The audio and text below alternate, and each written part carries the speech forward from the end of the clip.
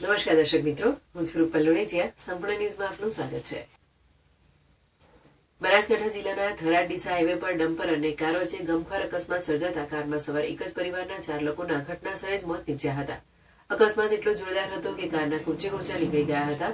પોલીસે ઘટના સ્થળ પર પહોંચી વધુ તપાસ હાથ ધરી છે. બનાસકાંઠા જિલ્લાના થરાદ ડીસા હાઈવે પર ખોરડા પાસે ડમ્પરે અડફેટે લેતા કારમાં સવાર જે 4 લોકોના મોત નીપજ્યા છે તે તમામના વાવના એક જ પરિવારના હોવાનું સામે આવ્યું છે. મૃતકોમાં પતિ પત્ની, પુત્ર અને પુત્રવધુનો સમાવેશ થાય છે. આ પરિવાર ઊંઝાથી તેમના વતન વાવના ડાભલિયાવાસ જઈ રહ્યો હતો ત્યારે આ ગમખ્વાર અકસ્માત નડ્યો હોવાનું સામે આવ્યું છે. હાઈવે પર ડમ્પર અને કાર વચ્ચે ધડાકાભેર અકસ્માત સર્જાતા હાઈવે મરણચીસોથી ગુંજી ઉઠી હતી. અકસ્માતમાં કારના કૂચા નીકળી ગયા હતા. ઘટનાને પગલે ઘટના સ્થળ પર લોકોના ટોળા એકઠા થયા હતા. પૂર્વ મંત્રી કીર્તિસિંહ વાઘેલા પણ હોસ્પિટલ પર પહોંચ્યા હતા અને મૃતકના પરિવારજનોને સાંત્વના પાઠવી હતી.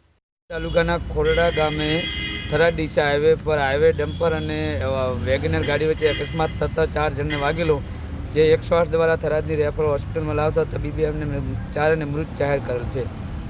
તમામ એક પરિવારના સભ્ય છે.